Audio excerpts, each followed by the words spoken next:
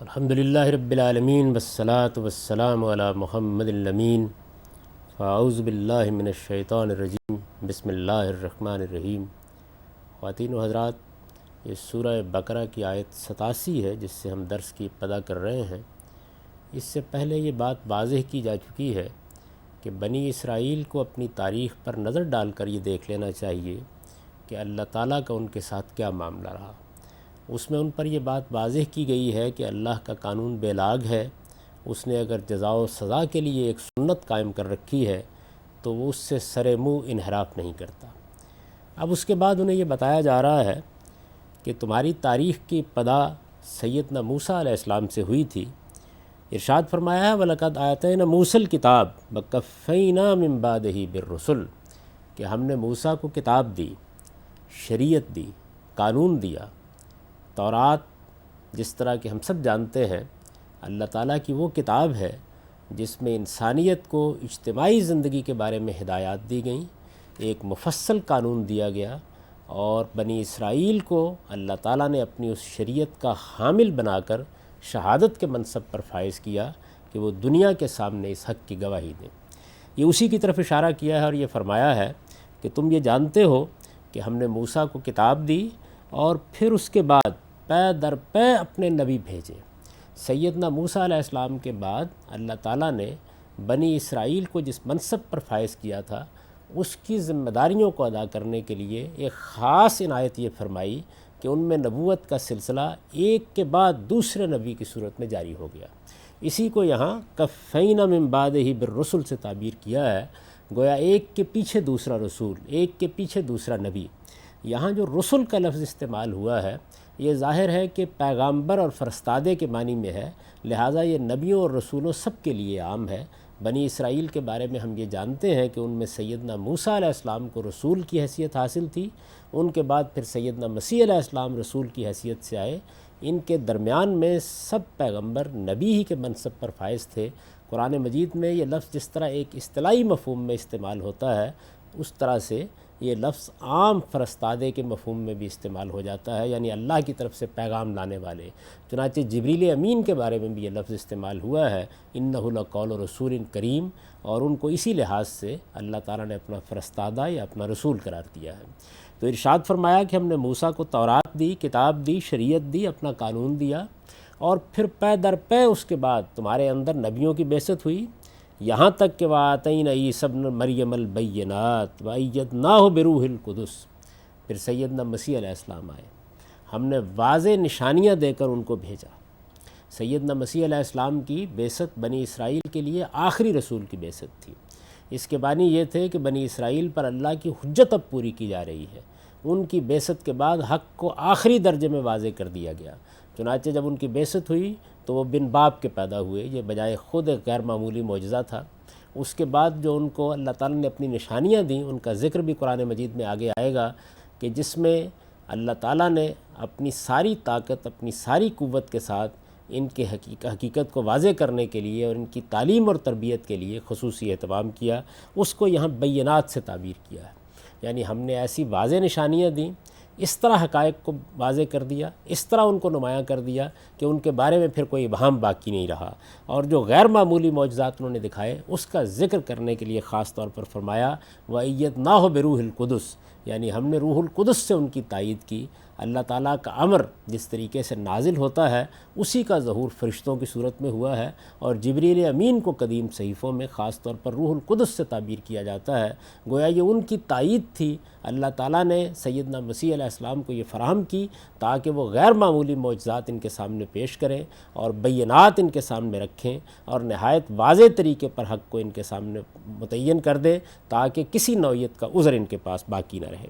تو ارشاد فرمایا کہ یہ تمہاری تاریخ ہے، یعنی سیدنا موسیٰ علیہ السلام سے ابتدا ہوئی، پے در پے تمہارے اندر نبی آئے۔ اللہ تعالیٰ نے ان کا سلسلہ ایک دن کے لیے بھی منقطع نہیں کیا، پھر ان کا خاتمہ سیدنا مسیح علیہ السلام پر ہوا، اور اللہ تعالیٰ نے ان کو غیر معمولی معجزات، بینات، واضح نشانیوں، روشن نشانیوں کے ساتھ بھیجا۔ تو ارشاد فرمایا کہ کیا تمہارا رویہ ان کے ساتھ یہی رہا، یعنی اسی طریقے سے تم سب پیغمبروں کے ساتھ یہی معاملہ کرتے رہے؟ چنانچہ اس پر تبصرہ کرتے ہوئے فرمایا ہے اَفَكُلَّمَا جَاءَكُمْ رَسُولٌ بِمَا لَا تَهْوَىٰ أَنفُسُكُمْ اسْتَكْبَرْتُمْ، یعنی کیا ہمیشہ یہی ہوگا کہ جب جب تمہارے پاس کوئی اللہ کا پیغمبر آئے گا اور وہ تمہیں آ کے وہ بات بتائے گا جو تمہاری خواہش نفس کے خلاف ہوگی۔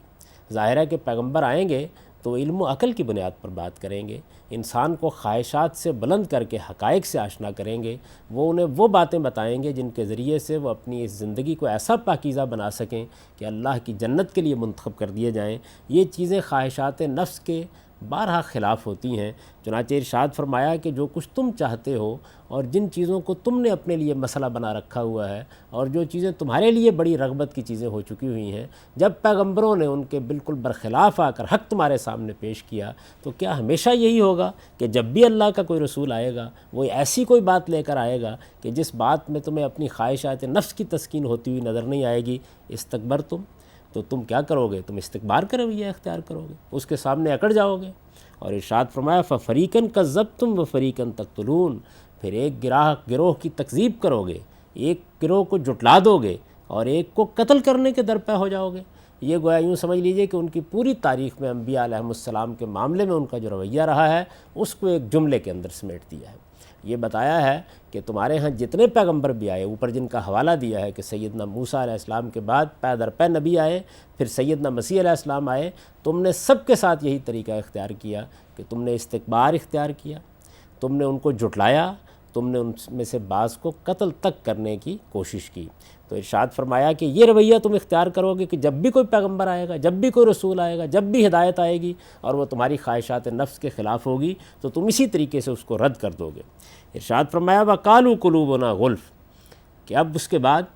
اس وقت جب کہ ایک پیغمبر کی دعوت ان کے سامنے آئی ہے، اب جب کہ رسالت میں آپ صلی اللہ علیہ وسلم کی بعثت ہوئی ہے اور ان کے سامنے اللہ کی ہدایت ایک مرتبہ پھر پوری وضاحت کے ساتھ رکھ دی گئی ہے، تو انہوں نے یہ کہا ہے کہ ہمارے تو دل بند ہیں۔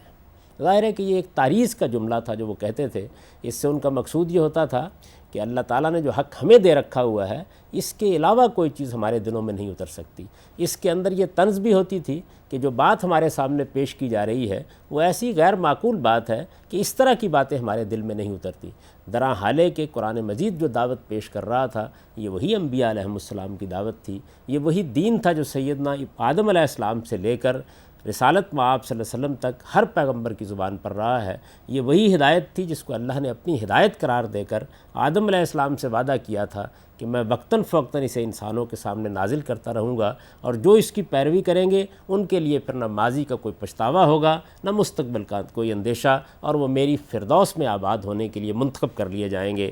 تو یہ لوگ جس وقت یہ ہدایت ان کے سامنے آئی، یہ معقول چیز ان کے سامنے رکھی گئی، ایک ایسی کتاب ان کو دی گئی جو پہلے سارے دین کی تصدیق کر رہی تھی، تو انہوں نے یہ کہا کہ ہمارے تو دل بند ہیں۔ ارشاد فرمایا بل لعنہم اللہ بکفرہم، کہ نہیں، دل کیا بند ہونے ہیں، بلکہ صورتحال یہ ہے کہ جب انہوں نے جانتے بوجھتے حق کا انکار کرنے کا فیصلہ کر لیا ہے تو اللہ نے ان کے اس کفر کی پاداش میں ان پر لعنت کر دی ہے۔ فَقَلِيلًا مَا يُؤْمِنُونَ، اب یہ کم ہی ایمان لائیں گے۔ ایمان لانے کے لیے یہ ضروری ہے کہ انسان اپنے دل کو کوئی روگ نہ لگا بیٹھے۔ اگر وہ تندرست انسان ہے،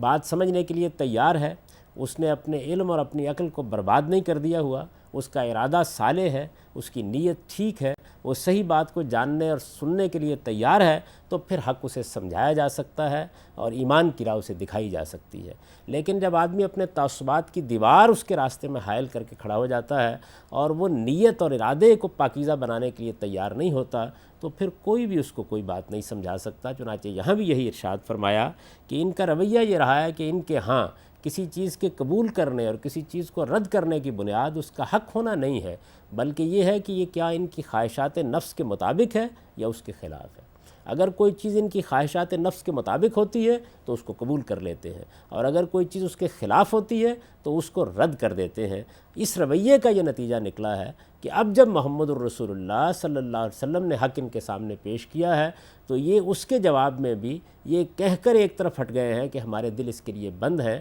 یہ تو یہ خیال کرتے ہیں کہ اس طرح انہوں نے ایک گمراہی سے اپنے آپ کو بزوں میں خود بچا لیا ہے، لیکن حقیقت میں انہوں نے جب اپنی نیت کو خراب کیا اور جب اپنے تعصبات میں مبتلا ہوئے تو اللہ نے یہ فیصلہ کر لیا کہ ان کے اس کفر کی پاداش میں ان کو یہ سزا دی جائے کہ ان پر لعنت کر دی جائے۔ فَقَلِيلًا مَا يُؤْمِنُونَ، اب ان میں سے کم ہی ماننے کے لیے تیار ہوں گے۔ وَلَمَّا جَاءَهُمْ كِتَابٌ مِّنْ عِندِ اللَّهِ مُصَدِّقٌ لِّمَا مَعَهُمْ، اب گویا بالکل مطابق حال کر دیا بات کو کہ جب ایک ایسی کتاب ان کے پاس آ گئی کہ جو کچھ ان کے پاس تھا اس کی تصدیق کر رہی ہے، اور یہ کتاب اللہ کی طرف سے آئی ہے، یعنی کتاب من عند اللہ،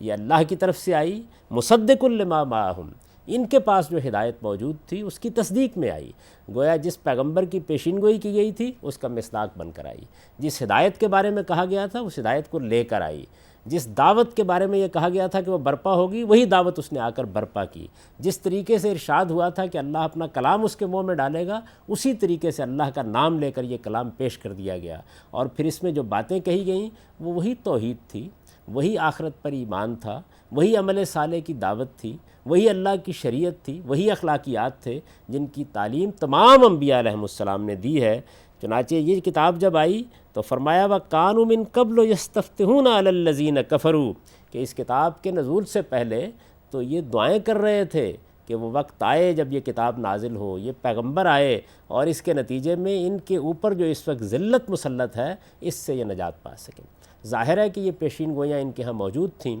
کہ جب وہ پیغمبر آئے گا یہ اس کی تائید کریں گے، اس کے ساتھ کھڑے ہوں گے تو اللہ تعالیٰ ان کو سرفرازی عطا فرمائے گا۔ رسولوں کے بارے میں اللہ کا ہمیشہ سے یہ قانون رہا ہے کہ جو لوگ بھی ان کی تائید کرتے ہیں ان کو دنیا ہی میں سرفرازی حاصل ہوتی ہے، اور جو لوگ ان کے زمانے میں ان کے منکر ہو کر کھڑے ہو جاتے ہیں ان پر اللہ کا عذاب نازل ہو جاتا ہے۔ ان کو بھی یہ بات بتائی گئی تھی اور یہ خوب جانتے تھے، اس لیے کہ اللہ کی ہدایت کے یہ علمبردار رہے تھے، چنانچہ ان کے ہاں اس بات کی خواہش بھی تھی اور یہ اس کے لیے دعائیں بھی کرتے تھے۔ یہ قرآن نے اس کا حوالہ دیا ہے کہ یستفتحون علی الذین کفروا،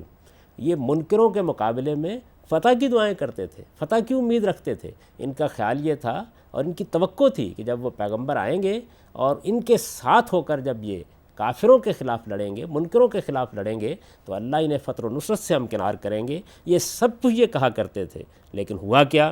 فلما جاءہم ما عرفوا کفروا بہ، جب وہ پیغمبر آ گیا، وہ ہدایت آ گئی، وہ کتاب آ گئی، اللہ تعالیٰ کی وہ شریعت آ گئی کہ انہوں نے اس کو پہچان لیا، یعنی انہیں اس معاملے میں کوئی شبہ نہیں رہا کہ یہ وہی کتاب ہے۔ یہ وہ چیز ہے جو اصل میں انسان کو مجرم بناتی ہے۔ اس سورہ میں بنی اسرائیل کو اسی بنیاد پر نہایت سخت لب و لہجے میں خطاب کیا گیا ہے،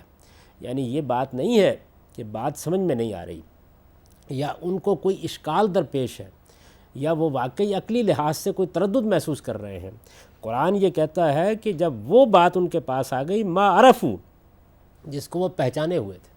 جس کے بارے میں انہیں کوئی تردد نہیں تھا، کفروا بہ، اس وقت انہوں نے اس کا انکار کر دیا۔ فلعنت اللہ علی الکافرین، تو ارشاد فرمایا کہ پھر اس طرح کے منکروں پر تو اللہ کی لعنت ہی ہوا کرتی ہے۔ جو لوگ اس طریقے سے جانتے بوجھتے انکار کر دیتے ہیں، حق کو پہچان لینے کے بعد اس کو نہیں مانتے اور اس کو جھٹلا دیتے ہیں، انہی پر اللہ لعنت کرتا ہے۔ یہ بات یاد رکھنی چاہیے کہ اس سورہ میں ابتدا سے مضمون اس طرح چل رہا ہے کہ یہ بات بتائی گئی ہے کہ ہدایت حاصل کرنے کے لیے آدمی کو خدا ترس ہونا چاہیے، اس کو بے پرواہ نہیں ہونا چاہیے، اس کو بات سننے کے لیے تیار ہونا چاہیے، اس کے اندر یہ خیال ہونا چاہیے کہ میرے پروردگار کی طرف سے اگر کوئی بات آئی تو مجھے ایک سچے طالب علم کی طرح اس کے سننے والا ہونا چاہیے، نہ کہ اس سے گریز کرنے والا ہونا چاہیے۔ یہ چیز اگر کسی آدمی کے اندر موجود نہیں ہے تو پھر دنیا کی کوئی طاقت بھی اس کو ہدایت نہیں دے سکتی۔ ہدایت اور ضلالت کے معاملے میں، ہدایت اور گمراہی کے معاملے میں اللہ کا قانون یہی ہے کہ آدمی حق کا سچا طالب ہے، جاننا چاہتا ہے، اپنے تعصبات میں گرفتار نہیں ہے تو اللہ اس کے لیے ہدایت کی راہ کھولتے ہیں، اور اگر وہ اپنے ارادے کو پاکیزہ بنانے کے لیے تیار نہیں، اپنی نیت کو درست کرنے کے لیے تیار نہیں، اپنے تعصبات سے نجات پانے کے لیے تیار نہیں، وہ یہ فیصلہ کیے بیٹھا ہے کہ مجھے اس بات کا انکار کرنا ہے، تو پھر اللہ تعالیٰ اس کو ہدایت سے محروم کر دیتے ہیں۔ اور اصل میں اسی کو یہاں بیان کیا ہے کہ یہ لوگ کم ہی ایمان لائیں گے، ان کے اوپر خدا کی لعنت ہو گئی ہے، اللہ نے ان کے دل بند کر دیے ہیں۔ یہ سب اس وجہ سے ہوا ہے کہ انہوں نے جانتے بوجھتے انکار کر دیا ہے۔ چنانچہ اصل جرم یہاں یہ بیان ہوا کہ جب وہ چیز ان کے پاس آ گئی ما عرفوا، جس کو یہ پہچان چکے، اس وقت انہوں نے کفروا بہ، اس کا انکار کیا۔ تو گویا انکار اگر جانتے بوجھتے کیا جائے تو یہ وہ جرم ہے کہ جس کی پاداش میں اللہ تعالیٰ ابدی جہنم کی سزا دیتے ہیں۔ اب ان آیات کا سادہ ترجمہ سن لیجئے۔ ان میں ارشاد فرمایا ہے کہ اور ہم نے موسیٰ کو کتاب دی اور اس کے پیچھے پے در پے اپنے پیغمبر بھیجے، اور مریم کے بیٹے عیسیٰ کو ان سب کے بعد کھلی کھلی نشانیاں دی اور روح القدس سے اس کی تائید کی، تو جانتے ہو کہ ان کے ساتھ تمہارا رویہ کیا رہا۔ پھر کیا یہی ہوگا کہ جب بھی ہمارا کوئی پیغمبر وہ باتیں لے کر تمہارے پاس آئے گا جو تمہاری خواہشوں کے خلاف ہوں گی تو تم اس کے سامنے تکبر ہی کرو گے، پھر ایک گروہ کو جھٹلا دو گے اور ایک گروہ کو قتل کرو گے؟ اور یہ وہ لوگ ہیں کہ انہوں نے کہا ہمارے دلوں پر غلاف ہیں، نہیں بلکہ ان کے اس کفر کی وجہ سے اللہ نے ان پر لعنت کر دی ہے، اس لیے اب یہ کم ہی مانیں گے۔ اور یہ وہ لوگ ہیں کہ جب اللہ کی طرف سے ایک کتاب ان کے پاس آئی ان پیشین گوئیوں کی تصدیق میں جو ان کے ہاں موجود ہیں، اور اس سے پہلے یہ اسی کے حوالے سے اپنے دین کا انکار کرنے والوں کے خلاف فتح کی دعائیں مانگ رہے تھے، پھر جب وہ چیز ان کے پاس آئی جسے خوب پہچانے ہوئے تھے تو یہ اس کے منکر ہو گئے، سو اللہ کی لعنت ہے ان منکروں پر۔ اقول قولی ھذا واستغفر اللہ لی ولکم ولسائر المؤمنین۔